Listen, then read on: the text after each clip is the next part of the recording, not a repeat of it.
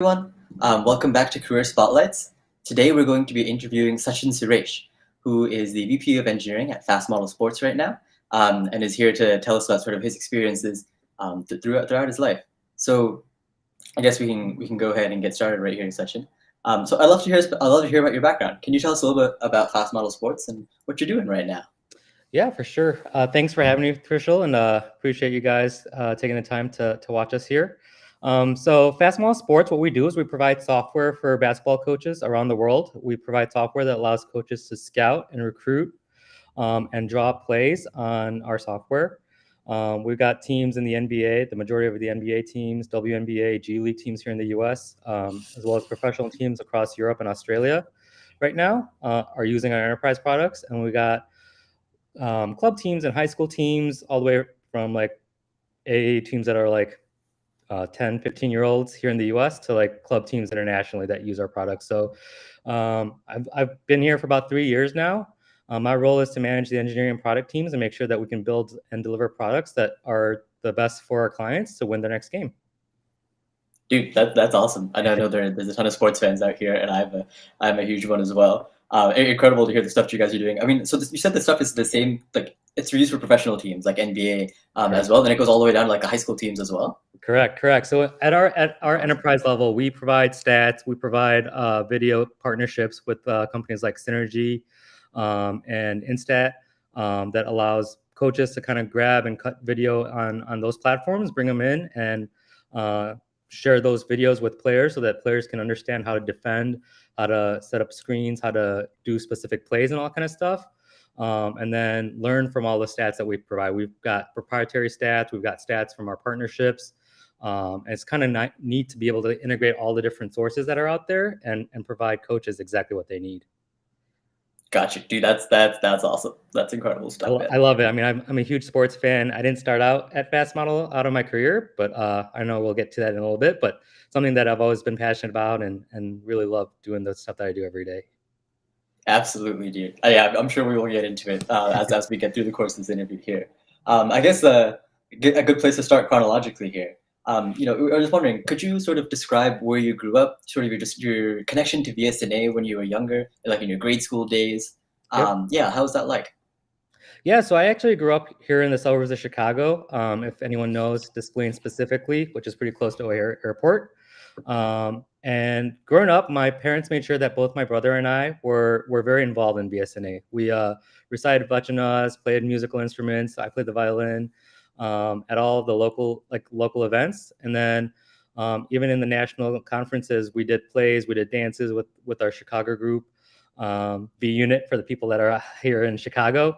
And while we were doing it, it didn't always click to me and my brother why it was important. But after having done it for all the way up through high school, I kind of understand now, like having my own daughter now, kind of understand the importance of why my parents wanted us to go to these events, kind of do the vachanas, understand what these vachanas mean, right? To me, it was something that it was their way of how to instill their culture, our culture, and our heritage to me and my brother. And I'm really glad that I did it. I mean, like the biggest things that I took away from my participation are like the meanings of Dasoha, the meaning of Jangama, and I try to live through those values day in and day out. Got you, man. Got you. That's awesome to hear. I guess like when you were young and all, was your sort of I know that like you said, it's kind of hard to sometimes like really understand sort of the meanings of that. When would you say like that part of it clicked? Like when it was like, yeah, I know, I understand like the meaning of Dasoha, what all this stuff was, why it was important to learn it the first time. Yeah, I think to me I think it clicked right like my sophomore junior of college when I got my first internship, kind of understanding, hey, look, you have to Jangama, right? Is you have to always be moving, always learning, right? To me, that was a big thing. And even the Dasoha part, being in college, being able to join volunteer groups, being able to give back to the community. I went down to the University of Illinois, down in Champaign. We volunteered a lot, like at the soup kitchens, at the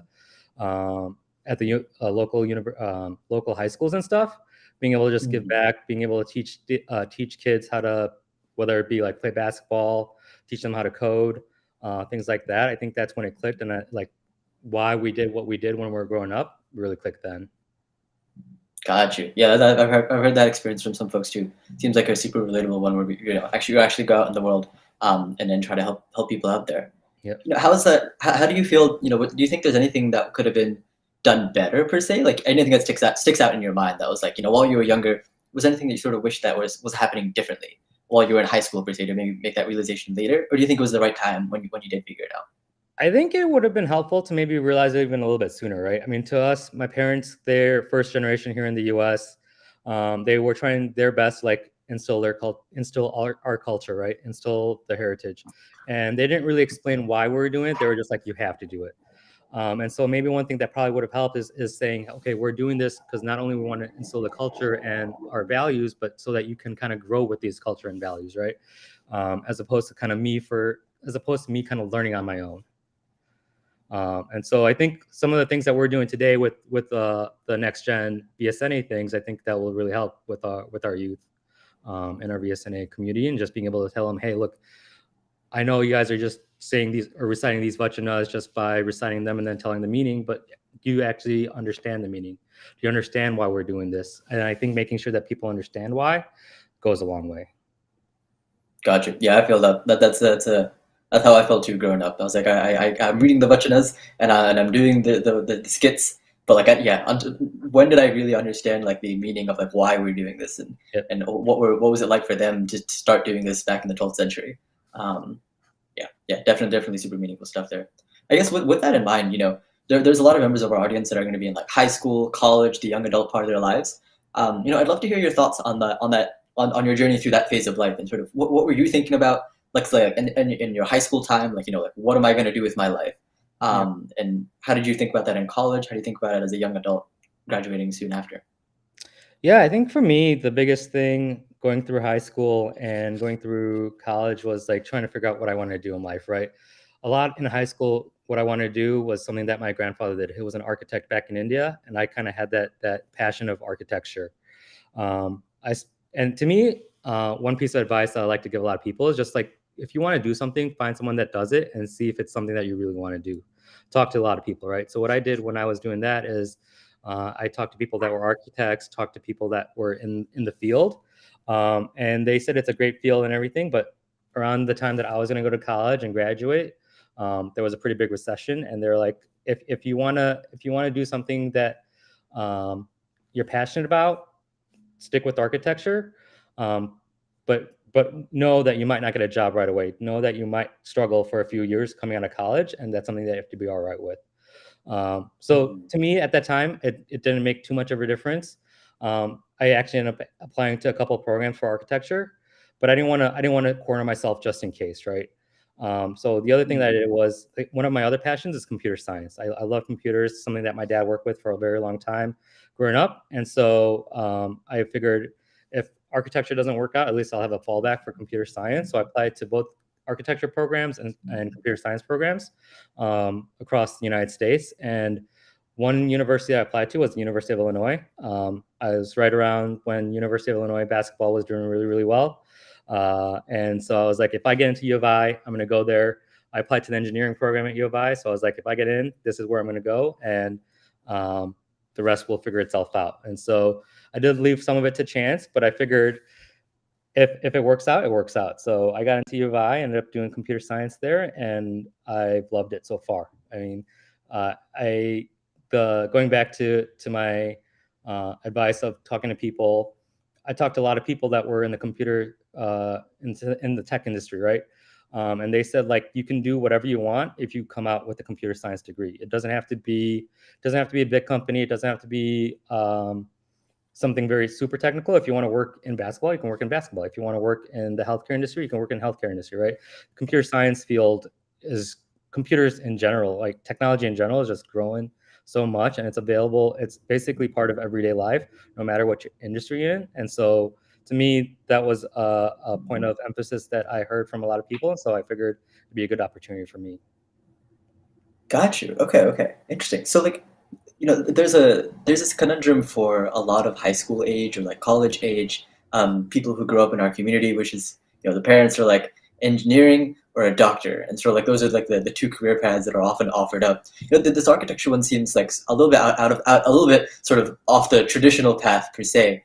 And I was wondering sort of what were your experiences like that? Was how was it at home? Were your parents sort of like push you to one or the other, and how was like sort of response in larger community? How'd you navigate that? Yeah, I mean, a lot of times, even growing up, my parents were like, my mom especially was like, you have to go to med school. You have to understand. You have to become a doctor. I mean, we have no doctors in the family yet, so you have to become a doctor here in the U.S., right? And my mom has they have a lot of brothers, and one of the brothers was top of the class back in India, came here, became a doctor, and after that, she was like, you have to follow this path. Um, my dad was always in computers. My dad's dad was an architect, and he was like, "You should do what you want, what makes you happy." But I knew for myself that I wasn't going to be good at biology. I was not good at biology, and they're like, they dropped it. They're like, if you want to do what makes you happy, right? I think I'm pretty lucky to have parents that were they suggested it, and they took a step back after suggesting it, knowing that it wasn't going to make me happy. Um, so the biggest thing there is from my side is just like I had parents that were willing to push me in a direction, but they realized if they can't, they realized that if it's not going to make me happy, then it's not going to make me happy. So they want me to do what makes me happy. And I know I've got a lot of friends now that are doctors, a lot of friends that are in the tech field, and I've had a conversation with some of them that said, "Hey, I did it because my parents did it, wanted me to do it," and I've got friends that said that they did it because they wanted to do it. And I think the biggest thing there is having that conversation with the parents to make sure that they want to do what they want to do, right, as opposed to being forced to do something.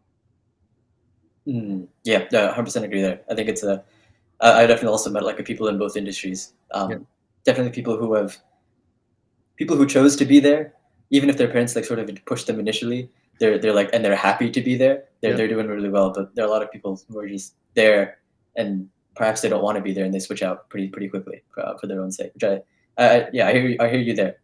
Having supportive parents like that's awesome. It's an awesome thing to have. On this on this journey of getting into computer science itself, so like where did that sort of interest come from? Was it like sort of like from an early age? I know you said like the like around the end of high school you were sort of applying to CS programs of various kinds, yeah. or tech programs as well as architecture programs. Yeah, but where'd that interest come from? Yeah, I mean, a lot of it came from at home from my dad, right? He was doing work in he did a lot of civil engineering back in India, came over to the U.S., and then started doing a lot of stuff in CAD. So he still had that like architecture, civil engineering background, but moved towards computers later in his career. But because of that, he was able to bring computers home, have me and my brother play with computers, and something that I used to love doing when I was younger is taking things apart and putting them back together. And so that I got to do that with computers growing up. I knew that hardware wasn't something I wanted to do either, and so I figured I'd stick on the software side. So I ended up picking computer science as my major of choice alongside architecture. And I think one of the things that ended up working out for me was fate and going to U of I. And so I think that kind of pushed me into that degree. And I think something that I've enjoyed doing from graduating till now. That's awesome, man. That's awesome. Yeah, definitely the tinkering mindset there for a lot of engineers out there. Yep. I'm one of them, so awesome stuff. um, on the as you're going through college, right? Is it sort of I know you came in with a sort of like architecture and tech programs was the thing that you were applying to. Was there any point like during college where you're like, is this a thing that I want to do, or is it sort of like as you went through it, you were certain like this is something that I want to do, or like while you were in college, was there ever a time where you're like maybe this field within tech, or like maybe that field within tech, um, you know, go down one sort of pivot because you're like, oh wait, no, I don't actually like that. Come over here. Do you have any like sort of experiences like that while you're in college? Yeah, there were many nights when I was going through and studying for exams, wondering whether or not I wanted to stay in this field. Computer science itself is a lot of theory, a lot of non-practical work, a lot of research. Um, I'm not sure if you had similar experiences, but for me, it was like, I don't think this is what I want to do until I got to classes where I got to program, I got to work with databases, and I got to figure out, hey, this is the kind of stuff that people do when they're building apps. These are the kind of things that people do when they're trying to figure out how to use data. I've got a stats degree as well, CS and stats, and I think that's when I realized combining the analytics skill set that I have with the being able to program and build apps and build new features. And we had a senior project where at the time, I know it sounds a little weird, but like Netflix was just becoming a thing. People were still pirating movies and downloading movies and stuff. And so we built a project to kind of share movies that you've downloaded. It's not an issue anymore, but it's something that I was like very, very cool. Me and a group of my friends built that project for one of our senior classes, and that's when I clicked. I was like, okay, this is the kind of stuff I want to do. I don't want to do research. I don't want to have to do building algorithms and stuff from day in and day out. This is the kind of stuff I want to do. So I think that's when it really clicked. But I think you have to have that moment where like you go through the classes, you have to figure out what works for you and what doesn't work for you, and then figure it out from there. Yeah, 100%. I guess you got to do your own exploration to figure out sort of where that path goes. Got you, got you. So you have this interest in app development. With you've decided that the database's app development route is sort of something that really interests you. How did you approach your first job search coming out of college? Yeah, so I actually had a couple. I had an internship in college where I worked at W. Granger here in Chicago. It's a big kind of like commercial warehouse, commercial, sorry, commercial sales. They When I was there, I kind of worked with a couple teams on the infrastructure side, trying to build out a Kanban process, essentially laying out how servers should be stood up and all that kind of stuff. From there, I was like, okay, well, I understand that this is like the DevOpsy side. Let's not, and that's when I realized also that I didn't want to do that kind of stuff. So I was like, okay, let's try to find something where I can try and do different things. And again, I talked to a lot of people, and I know I ended up working at Microsoft. So to me, the reason I applied to Microsoft was I didn't apply to the product group side. I applied to the consulting side. I think for me, the reason I applied for the consulting side was because I heard from people that doing consulting gives you opportunities to do many different things with many different clients. And so I was like, okay, let me find jobs that are like that, the consulting field. So I did that, Accenture, Deloitte, right, all the big consulting firms, because all of them had uh, technology consulting arms. So it's kind of where that's how I ended up at Microsoft, is like trying to let me figure out what I want to do. So that gave me an opportunity to do something like that. Gotcha. Hey, okay, okay, that makes a lot of sense. That makes a lot of sense. For someone like going through that process right now, like let's say there's a senior in college, um, there's like the market for like software engineers out there is like pretty hot from what I understand. There's a lot of startups that are going around, a lot of new Mhm. technologies that are coming up. What advice do you have for them, if any, on like how do you sort of navigate that, picking the thing that you want to do, and figuring out this is the place that I want to work at. Yeah, I think my advice to people coming out of college is try and find a job that is set up for college hires. I think startups are great because especially startups that have a lot of funding, because they want to invest in new developers.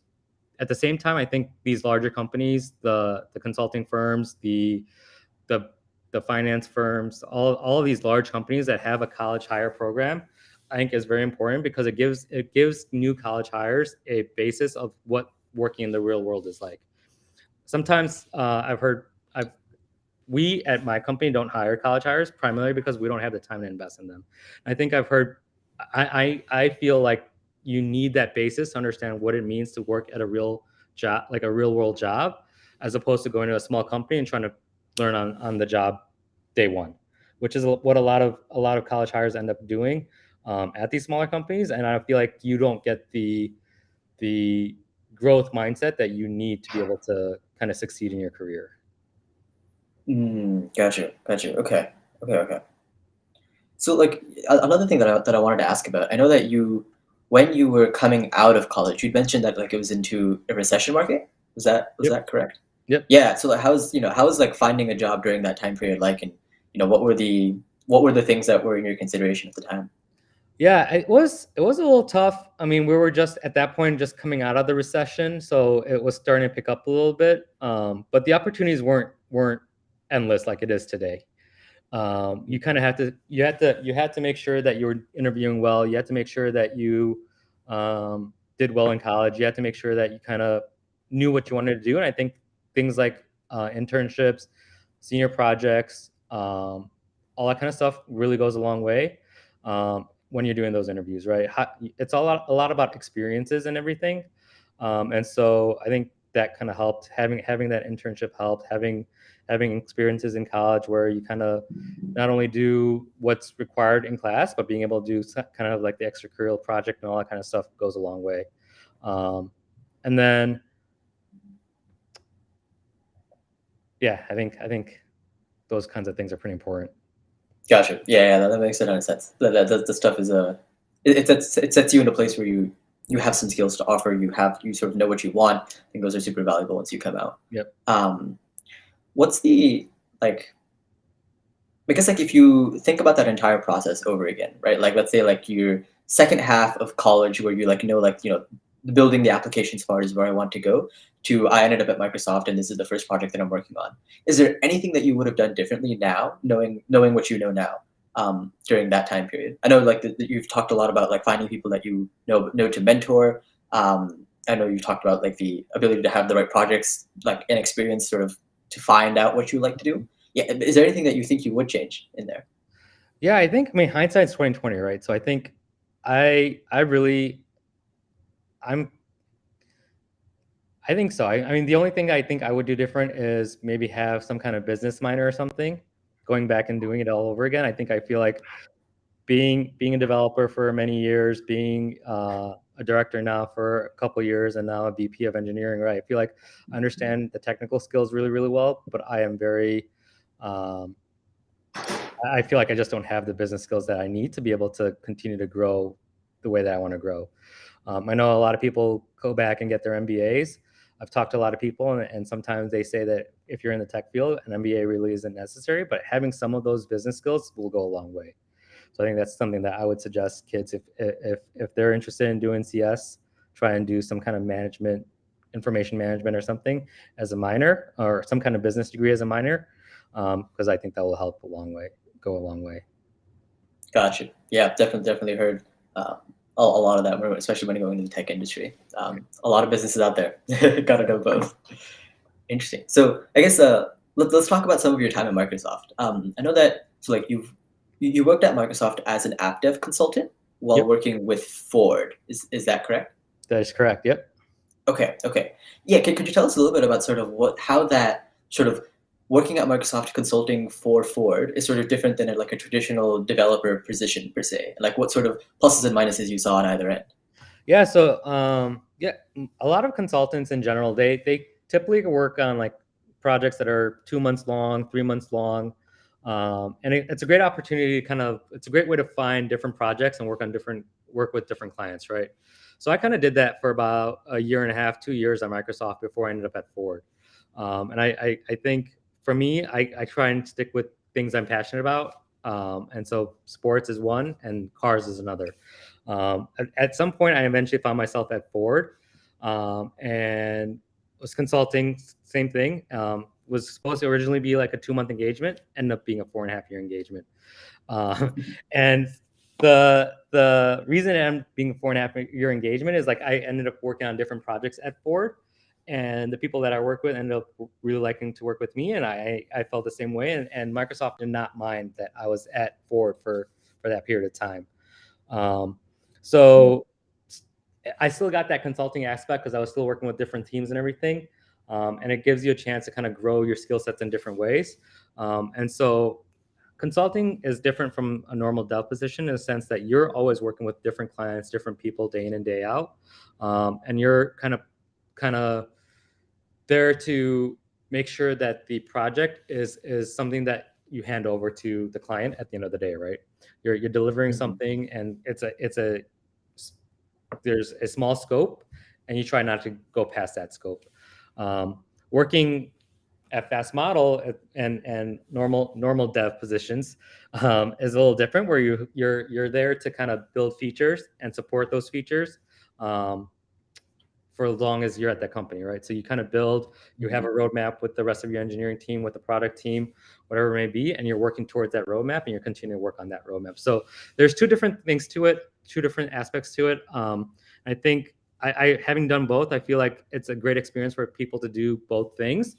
I always do recommend people try and look for that consulting gig out of college because it kind of gives you a lot of experiences, a lot of you build a community with other consultants that are traveling at the same time, even if it's not at the same company, right? You're building that network, and it definitely helps going a long way to build that network and kind of grow with that community, especially if you have a program where it's a college hire program that puts you into that kind of boot camp and puts you in the real world, and then coming out of it, you kind of understand, okay, this is how you see the end to end of a project pretty quickly, and you kind of understand from a dev perspective this is what's needed. So when you start doing that normal dev job, Mm, it kind of understands, okay, this is scope creep, this is not what's needed.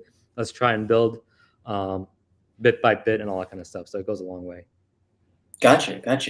So it sounds like it's sort of taking the approach of let me go from the outside in, right? Let me see what the whole development process looks like when we have to ship something out there and we actually give it over to someone. We know what that looks like.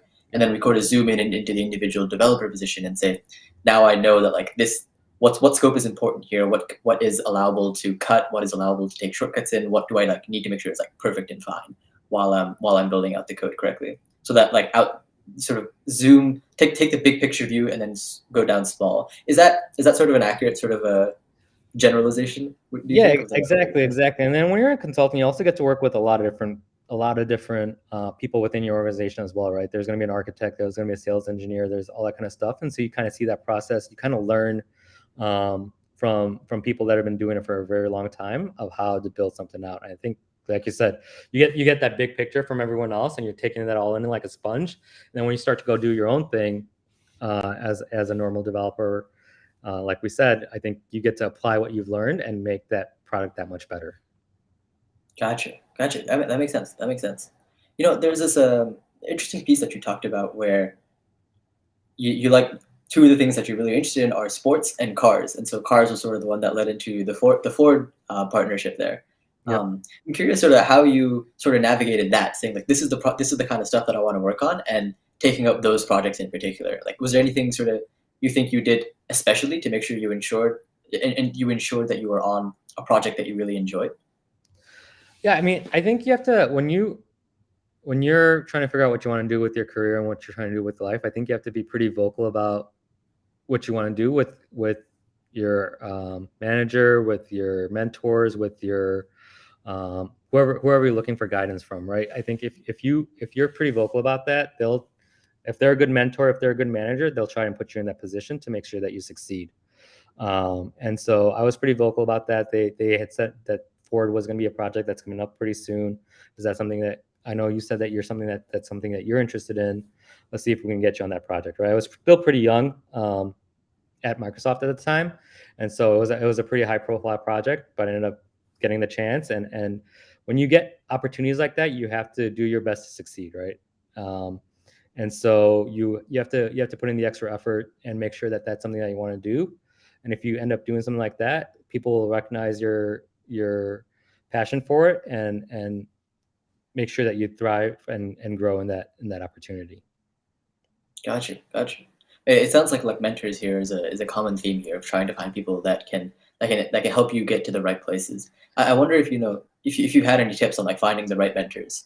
How do you go about getting them into your life? Yeah, I think the biggest way to do that, or the best way to do that to me, is just seeking people that you have common goals with, common passions with, and then not being afraid to ask questions. Right, you have to put yourself out there and reach out to people, whether it be in the BSNA community. Like I talked to a lot of people in the BSNA community when I was in high school and college, trying to figure out what I wanted to do, or outside, right? Talk to your family, friends. You talk to your friends' parents. Talk to guidance counselors, whatever it may be. Talk to people at recruiting events. Talk to people within your college, right? You have to go put yourself out there. Otherwise, you're really cornering yourself and not being able to find the right people to be mentored by. That makes sense. That makes sense. It's about putting yourself out there. It's about being able to when you're given the opportunity, try to make the best of it when you're there. How do you sort of access the I guess like failure scenario? Not necessarily that you failed something, but the feeling that like, oh, I got like shut down, or like I didn't necessarily. I tried to take on a big project. It was like high profile stuff. Um, and I don't feel like I'm necessarily being able to reach the bar that I've set for myself here. How do you sort of manage yourself in that kind of situation, especially when you're young and Yeah. you aren't necessarily inexperienced? Yeah, I think you have to look at every opportunity that you get, everything that happens as a learning experience. I think one of the things is like if you end up interviewing at a company like Microsoft or Google or Facebook, whatever it is, and you don't get the job, you have to understand, hey, look, this was a great interview process, and don't hesitate to ask the recruiter, what did I do wrong, so that you can learn from that experience, right? If you're working on a project and miss a deadline, or you're working on a project and you don't get along with someone, you ask the question, what did I do wrong, or what went wrong during the process, to figure out how you can improve yourself the next time you go through that process, right? I think that goes a long way in making sure that you get to succeed, or get to the point where you want to succeed. Got you. I got you. So like treating those perhaps not like shining success moments as like things that you can learn from and try to improve on that. But I guess Exactly. not dwell too much on it is I guess sort of the other part too there. Exactly. Yeah. I mean, I went through those kinds of things. I didn't get an internship between my sophomore and junior year. And it was one of those things where some people were like, what's wrong? Why didn't you get that? And others were like, well, what can you learn from that experience? Right. I ended up working as a support tech instead of an internship that summer. And I learned a lot it was on campus, and I learned a lot from that process. And one of those things was that you don't need a you can't be down on yourself if you're stuck in a position where you don't get that internship, right? You have to we have to wait for the opportunity to arise. And so um yeah, it's one of those things. Yeah, yeah, I hear you there. I hear you there. So, let's. So you've done like from it seems like you've done like a lot of different experiences within the software engineering. Well, you've done like back end, front end, DevOps, technical leadership, app consulting. What's been personally the most rewarding project for you to work on, like throughout your career? Yeah, I guess more recently, at Fast Model, I've been we the first year or so that I got there, I was doing a lot of integration with our vendors, our APIs, and everything. Um, but after that, we got to build a feature that was proprietary stats. It's lineup stats that we're using play by play from, and being able to take the play by play, parsing it down, and trying to figure out who's on the court, what's the plus minus for the people that are on the court, what are the stats that these lineups have. And I think being a basketball fan, and grabbing that data from raw data, I think was very, very cool for me and my team.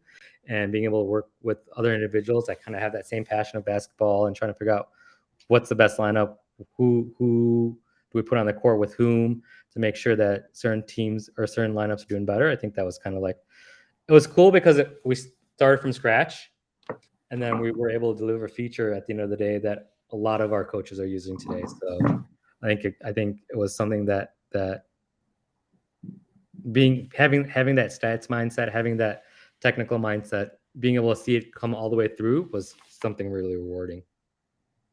Yeah, I feel that. I feel that. I think especially as engineers, like when you build something and it gets out there and it's being used, it's definitely really rewarding. And I think that's actually most professions too, when you see the fruits of your labor per se. Exactly.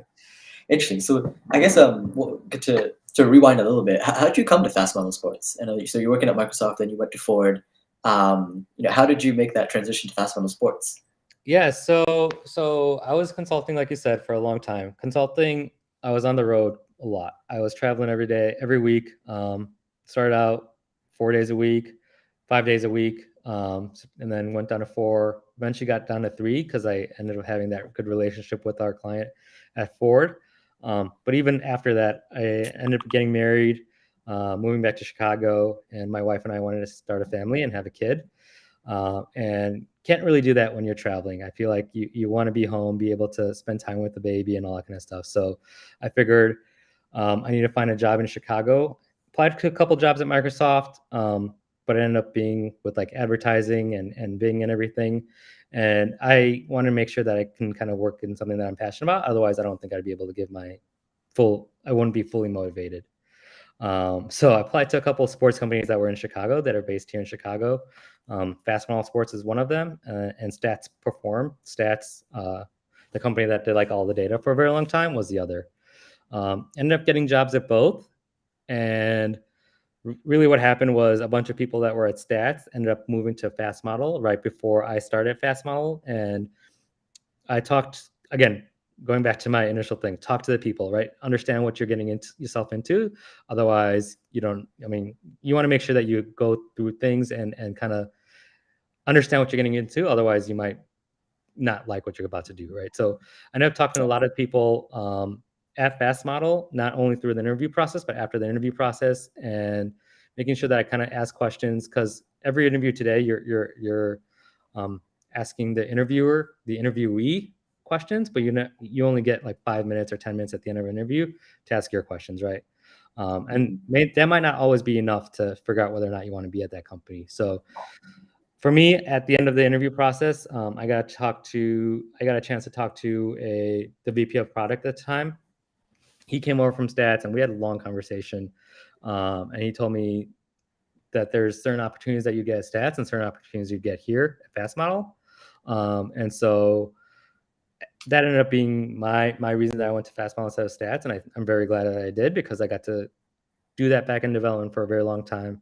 I got to become a director of engineering and kind of learn how to manage people, right? That's something that I never got a chance to do before. I led tech teams, being a consultant, everything, working with contractors overseas, all that kind of stuff. But I never got a chance to like actually manage people. And that's something that I was a little scared of at first. But my manager at the time walked me through it. And then before long, I got the opportunity to become the VP of engineering and be able to manage both the engineering and product sides of the organization. Again, a little scared, but it was an opportunity that was presented to me, and both my manager said he'd mentor me, and I had other people that said that they'd mentor me through the process, and so I took on that role, and I'm very glad that I did. So it was a life event. And me wanting to continue working in something that I'm passionate about, as opposed to staying at a company at Microsoft, even though it's a big name. But if it's something that I'm not going to be passionate about, I feel like I wouldn't have been happy and been successful. Gotcha. That makes a lot of sense. So, listening on the outside here, it seems like there's also a bit of a transition, in addition to company, in sort of the type of work, right? It's like a sort of consulting software type of position into a more like back end developer kind of role, and then out to an engineering manager, and then out to a VP of engineering role. How long sort of does this entire sort of process take? Is it like, because I know you've been at Fast Model about 4 years now or so? About 3 years. Gotcha. And yeah, I mean, it's, you don't want to rush into anything, right? I Mhm. ended up being consultant at Microsoft for 6 years, 6.5 years. Really enjoyed all my time there. Got to work with a lot of people, and learn from a lot of different people, right? Learn from a lot of different roles. And I think you have to go through the process of learning before you can figure out what you want to do next. And so that was 6 years there. Came over to Fast Model, was a senior backend developer for a year and a half. Kind of understood the business, kind of understood what our roadmap was and all that kind of stuff before becoming the director, right? And then after being a director, I was doing that for about a year and a half, learning how to manage people, learning what it was to work with other teams. Right, as a consultant, you get to do that, but in a small company, it's a little different, or in a non-consulting role, it's a little different. You're kind of working in the engineering organization. You're only talking to the product manager. Maybe you're not really talking to sales. You're not really talking to other teams, support, whatever it may be. You're kind of in your zone, until you get to the next level where you start interacting with other teams. And I think you have to take that into. You have to understand what does it take to work with another team, to understand what they need from your team, your organization, before you before you can take on that next role. So for me, it took about 6 years at Microsoft and 3 years here to be in this position. Um, but you have to be patient and find the opportunity to be able to do that. Gotcha, gotcha. Okay, okay. Sort of this. So, what about that initial transition from like consultant sort of position to the backend developer, right? Like it's Mhm. that seems like a sort of a uh, I understand, like, you as a consultant, you're working with a lot of other teams, and as an engineering manager, you're working with a lot of other teams, and VP of engineering, now you get to go through with the other sort of product oriented teams as well. What sort of made the transition to senior engineer, as a back there? Yeah, so as a consultant, I was an application development consultant. So at Ford, I spent a lot of time working with teams, designing apps, designing. The biggest project I had at Ford was building out an end-to-end order delivery system to be able to track cars that are being shipped over to China for dealerships, for Lincoln dealerships. So I had a lot of time, a lot of experience, kind of building that app from the ground up, being able to architect a solution in Azure using Microsoft tools, and working with many different products, many different services. So it kind of led me into that role when I was looking for a new job of finding something that was backend specific, because I was doing the front end stuff very early on. Did some DevOps stuff with Azure, and then ended up being able to build a backend solution that was essentially the API for the website that our dealerships were using. And so that kind of told me, hey, I did the front end, liked it, did the back end, liked it even more. And I think I stuck with the back end when I started looking for a new job, because that's where kind of where my passion lied. And so it kind of helped me transition into a pure backend developer role from consulting, because I was doing all that, working with many teams, and it kind of was like, okay, this is what works for me. This is what I'm passionate about. So I'm gonna find that path.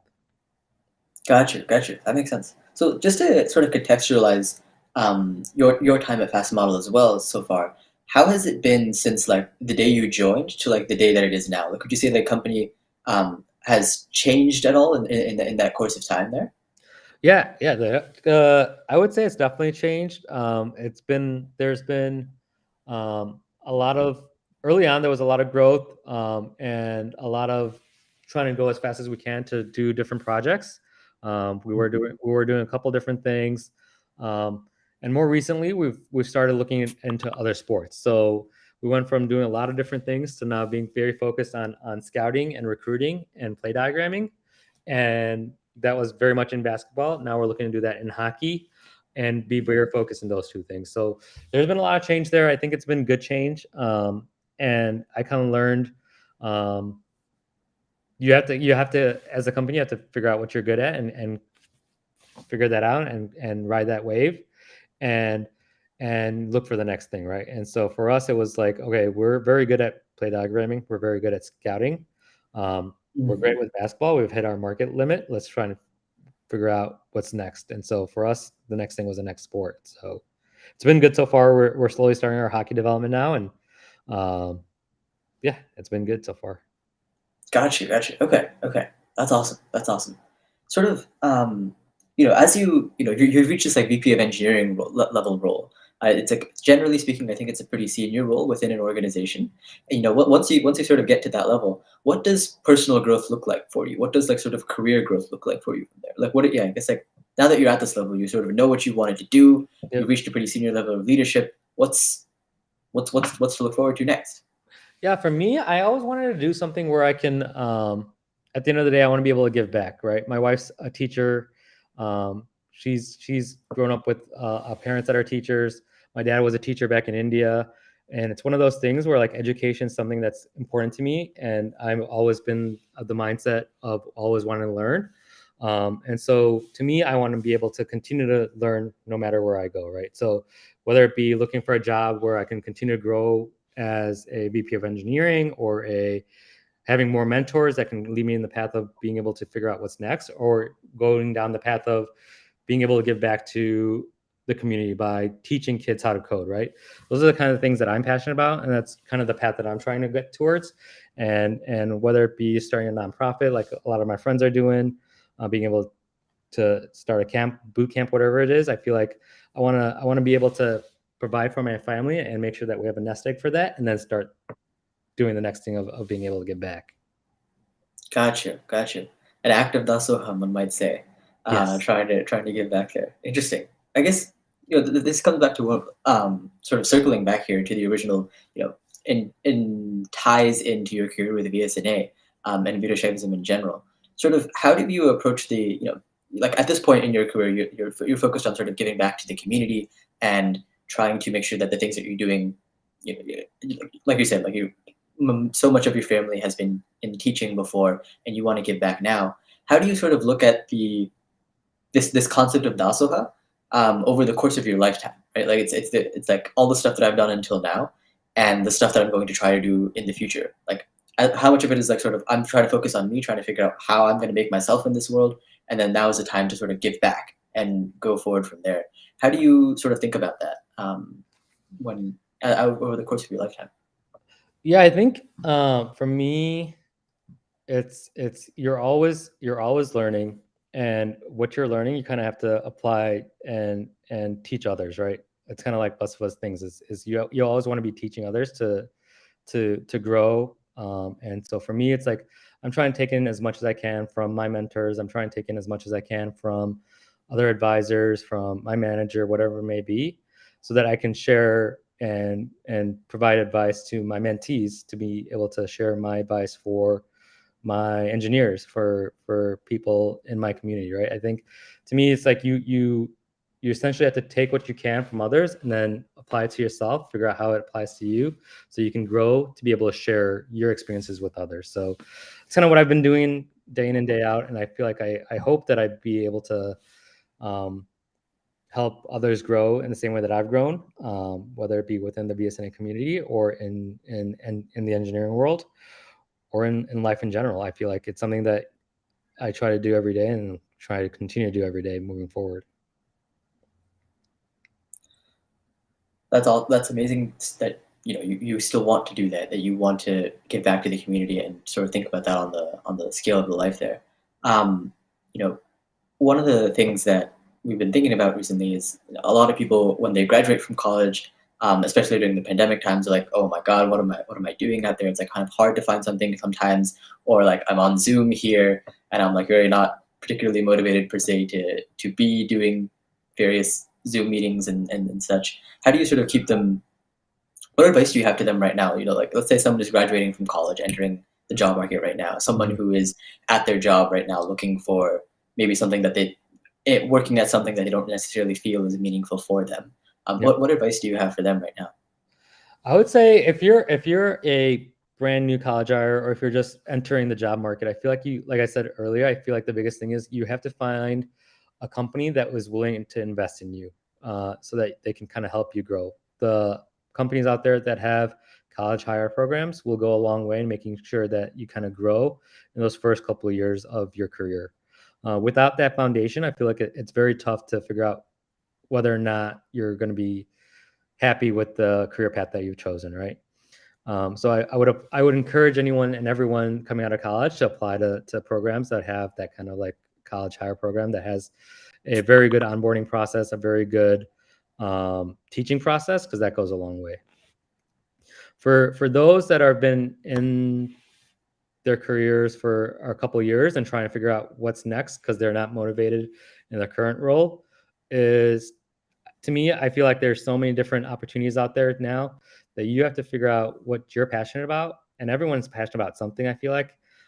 They might not know what their passion is quite yet, but I know that everyone has a specific passion.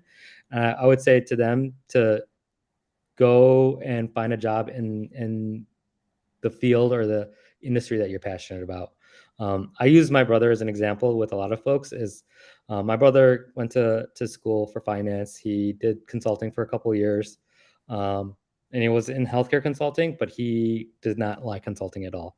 He actually did a complete 180 and went back to school, to med school, and is now becoming a doctor. He's doing his residency, and I think you have to be in that workspace. He did the same thing, right? He did the consulting. He had a good program and everything, but he was like, this is not for me. I want to find something that he's passionate about. And so I use that example because I feel like even if you were in your career 2 years in, there's never a wrong time to go back to school if you need to go back to school to figure out to get the job that you want to do, as opposed to being in an industry or in a field or in a job where you don't really like what you're doing day in and day out. So I think those two to me are the two biggest pieces of advice that I can give. Those are wise words. Those are wise words. I definitely think there are a lot of people who would take that advice, and that's awesome there. I guess one last thing that I wanted to ask. We've talked a lot about the stuff that you've been doing throughout the course of your life, but I wanted to know, is there anything that I should have asked, or any questions that sort of we necessarily didn't get to that you may have wanted to talk about there? Yeah, hmm. I think we touched on a lot of things. I want to make sure that if like people have questions or want to chat or whatever it is, right? Don't hesitate to reach out to me, to you even. I know you've been doing this for a couple of years and you've got great experience. But don't I think we said at the beginning is don't hesitate to reach out to people. I feel like the biggest thing right now is, especially if you're at home doing like jobs that, like you said earlier, right? Like being stuck on Zoom meetings and stuff and not having someone to talk to. I think making sure that you find someone to talk to, someone to ask questions is the biggest thing. So I would say don't hesitate to reach out. We'll definitely provide our information so that you guys, if you have any questions or anything, you can reach out to us. Appreciate it, Sachin. And yes, plus one from me here to reach out to me if you have any questions. Sachin, of course, is available. And we both want you guys to reach out with any question that you have. Um, with that, I think we can wrap it up here. Sachin, thank you so much for your time. It's been an incredible conversation. I've learned a lot from this. And I hope our viewers have enjoyed it as well. Yeah, for sure. Thank you for having me, and appreciate you taking the time to do this as well. And I look forward to helping others out. Thanks, y'all. Bye, guys.